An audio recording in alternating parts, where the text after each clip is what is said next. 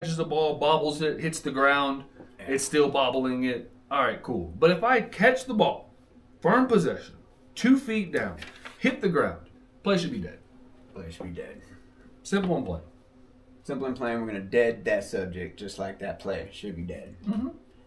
Now, we're back and we are still standing even after that quick rapid fire quiz, which I took a little bit longer than it should have because I kind of like your answers. I want to focus on the NFL championship right now. I mean, we got 4 teams left. It's a big deal. It's on the TV behind me.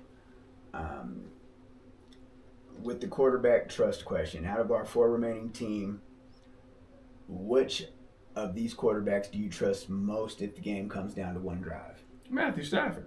Yeah? Matthew Stafford. Because what are the 4 teams we've got? You got the Rams, Seahawks, Broncos, and Patriots. So 2 rookies, Stafford, and a backup.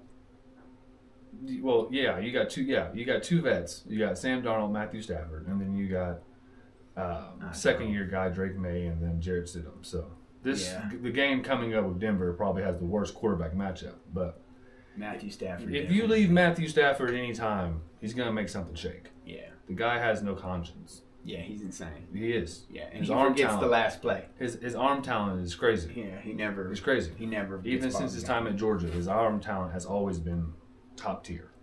If it's not the quarterback, the next best thing is that coaching matters. At this stage, how much does coaching actually matter? And is there a coach left that you think gives his team an actual advantage? I think there's a couple coaches that give their teams an advantage. The coaching definitely matters because you got to have guys in the right spot. In the NFL especially, it's a game of inches. And, people don't really understand that, inches to gain. No. Everybody in the NFL is the best of the best, sir, with honors. That's why you're in the NFL.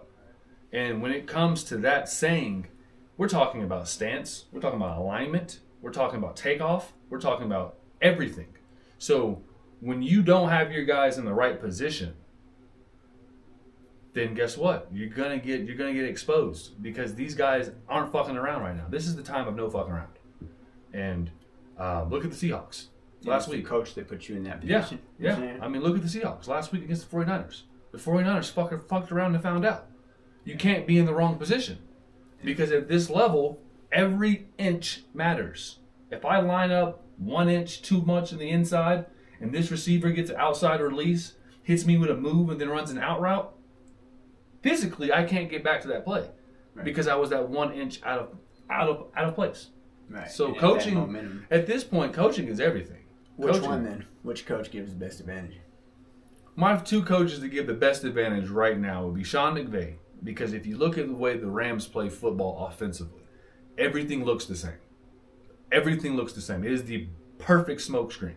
All their alignments, all their plays, their blocking schemes, down to it just looks the same. So you don't know where you're going to line up. You don't know what they're about to do because you think it's the same thing they just did. It's not. So the formations I'm talking, you watch a Rams game. Watch a Rams game, and you just see how many times they run a play out of this formation. Really? And it all looks the same. Just constantly. That'd be a pain in the ass. For a defense. It's crazy. You got to really know your keys. That'd be a pain in the ass. And then the second one, I gave it to the offensive guy on this one, man, but the Seahawks head coach is a defensive-minded guy, McDonald. And that guy, he puts his defense in the game tonight, that might as well be the Super Bowl. Right. Might as well be. Because the game is going to be a very good game because you have 2 brilliant minds going at it. And McDonald is going to have that defense ready to go. Because you don't know where it's coming from. You know the blitz is coming. But where is it coming from? Because he has 11 bullets. And he's not afraid to shoot one of them. But which one is going to get shot? And that's the beauty of it. So that game, we've seen these 2 teams play already twice. Great games both times. What was is it 1-1? And who... I believe it's 1-1. I could be wrong, but I'm almost positive Seahawks got 1 and the Rams got the other one. But at the end of the day, throw it out the window because this is a trip to the Super Bowl. You don't get many opportunities at this. You're right. This could be the big game. Even the fact that we're here, it's semi-surprising. If the Broncos make it to the Super Bowl, it would be a surprise. The Broncos win today. If they win today, They're going in the Super Bowl. That's going to be great. But I think that Glory Road Disney Channel shit ends there. Yeah, because I mean, just as I'm a fan, but in the reality of it, you look at it, and from the outside looking in, you see the game tonight between the Rams and the Seahawks, and you're like, it's going to be one of them two. At least that's what I see. For sure. And I think and I like to rock with the AFC and go with my Broncos, but if my Broncos don't win, that's the Broncos defense is great, one of the best in the league. They're gonna have to do like what the Bears did back in the day with Lovie Smith and them. That defense is gonna have to be able to generate points. Yeah, or get them takeaways like that. Don't get me wrong, Jarrett Stidham and Bo Nix are the same prototype of quarterback. They're the same prototype, different skill set, same prototype. Yeah. Intentionally. So, at the same time, it's that defense is going to be on the field a lot. The way they win, though, is if the offense can sustain drives, run the ball, keep time of possession, keep the defense off the field, keep them fresh, and put up points. If the Broncos can put up 28 points today, they'll win. If they find a way to score a touchdown a quarter, they'll win. 28 points, they'll win handily. Yeah, they'll win handily. You brought up the defense. There's a few good defenses. We like to talk about ours. Which one's the best? Right now, with no context or outside influences as far as quarterbacks being out and whoop de bam, I would say the Broncos and the Seahawks probably have the best two defenses in both divisions. Broncos and Seahawks, you'd consider them pretty even. Yeah, they're pretty even. Both got good pass rushes. Both have good secondaries. Linebacking core solid. Right. That's what I mean. I think those two are the best two defenses in the playoffs remaining, without a doubt. Those two defenses. They might end up going against each other. They could, and that will be one of them Super Bowls. That kind of like 17-10, 10-7, one of those type of games. Yeah. But that Seahawks defense is nothing to trifle with. It's beautiful. That's beautiful. Now, well, shit. What did I have up here? I'll cut all that fake noise. Yeah, about good, dog. Oh, here we go. So, back to the podcast, That Guy Jig. What made you start it, and what kind of sports fan are you representing? Like, you've got the people that are like the shock jock, the one that wants to talk shit, like homeboy on ESPN. You've got the analyst type. You've got the constant bad guy, and you've got the super fan. Like, what are you trying to get across to your audience? The reason I made it is because I'm tired of hearing the mainstream sports media push bullshit. There's a lot of stuff that they say, and then you look at why they're saying it. Like, the example, the Lakers. The Lakers get a lot of publicity, a lot of press. Like, over the last decade, they haven't been worthy of that. Like, when the Nuggets played the Lakers, it was all about the Lakers. Yeah, there's a lot of fake news. That shit's annoying. The SEC biased in sports. I hate it. Yeah. The Big Ten is the best conference in football, and it ain't close. Three straight national championships. But all we're talking about is the SEC. Yeah. Oh, well, which SEC teams are going to be good next year? Arch Manning this, or this and that. That's why I do it, because I'm not a sports guy you talk to if you put opinion in it. I'm a Nebraska Cornhusker fan, through and through. Bleed that shit. Okay. But I'll tell you to your face, we suck. And we've sucked for the last 20 years. I have no problem with saying that. Right. Because I'm a realist. Right. I go by facts. And that's what drives me to do sports. It's, sports is something where you can put your opinion in it. Right. But at the end of the day, the facts are the facts. If you're being subjective, the facts are the facts. And that's why I do it. I'm a football. I love the game of football through and through, down to the game playing, the schemes. I love basketball the same, and I get tired of sports talk that is completely opinion based. We can see the facts, but you know what? I feel that this is the way it is, so that's what I'm going to push. And I just try to have a truthful sports talk, especially when it comes to college football. NIL. Everybody's upset about NIL's been going on for years. It's been going on for years. Coach Tarkisian for the UNLV Rebels back in the day. Tarkanian. That dude used to pay people with rolls of money. Yeah. You know, and it's been going on. It's like Ed Orgeron said. We used to go through the back door with the briefcase. Now we're just going through the front door. You know, Well and it comes down to the point of these players deserve to make the money. This is America. This is capitalism. I want people to understand that at one point in a capitalistic society, we told people, you cannot make money off yourself. And then punish them when they did. In capitalism. Now that it's happening, people are all feathers are ruffled up. Right. It's been going on. Yeah. You know? And people, you know, and that's why I've said this on my podcast. The amateur argument, wasn't that the argument? Yeah, you know, and that's my argument on my podcast. We are seeing football at a greater level. And you can't deny it. You know, Because of NIL? Because of NIL. Because nobody can stack, Nick Saban stacked the pond. Alabama was stacked. True. Alabama had Jalen Hurts. I don't follow college football that much, but they had Jalen Hurts. Let you cook. They had Jalen Hurts and Tua. Yeah. You know? Yeah. And then they had Isaiah Bond. They had Jerry Jeudy. They had Devontae Smith. These are all there at the same time. And nobody else had anything. You know? And everybody else has got one good receiver, maybe two. You know? Then but you had your Ohio State. You know what I'm saying? You had your, all these big universities were able to stack the pond. Now we got teams like Indiana, who because of their boosters, they can. I can pay you too. Right. I'm in the Big Ten. I can get you the same. I can get you the same publicity, the same brand exposure as the SEC. Same with the Big 12. Same with the ACC. You know, these schools now can pay to play. People forget SMU was the original death penalty because they paid their players. And what did SMU do? They got blacklisted basically for that. And because they were winning, because they were able to stack their pond. Mm-hmm. Now that the money is out there, we are getting a better brand of football. Maybe not from a schematic standpoint. People want to say, "Oh, the schemes are more simplified." Because they're all jumping around. But at the same time, we are seeing some teams that are being created and coming together. As a sports fan, how can you be mad about this? That's an argument. I mean, we are at a time of peak. I mean, peak for the consumer, for the fan.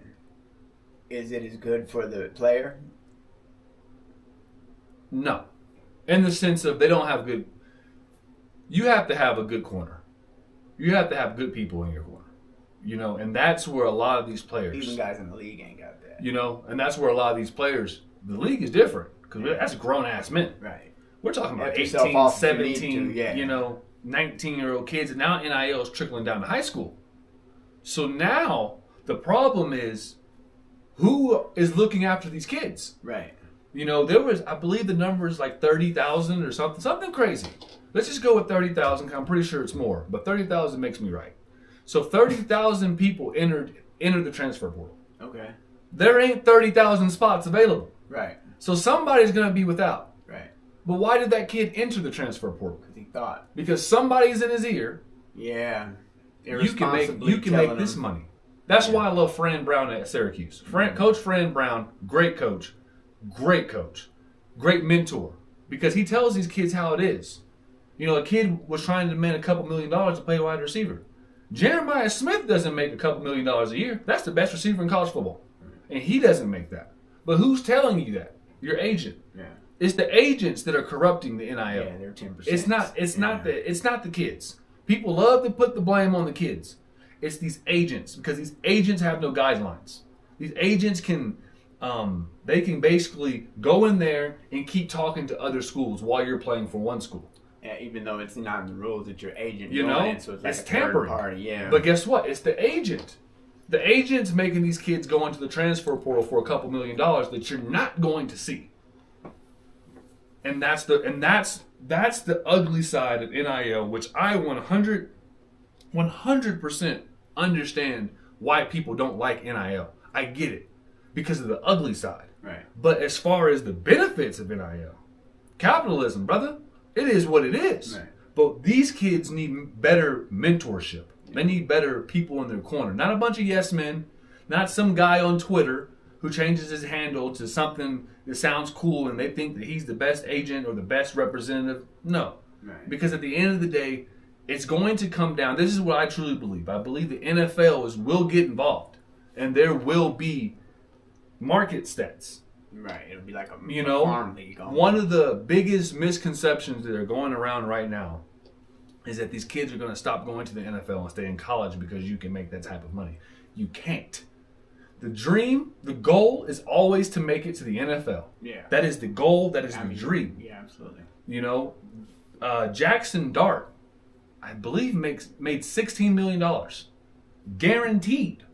And he was late first round. Yeah. Look at Cam Ward's contract.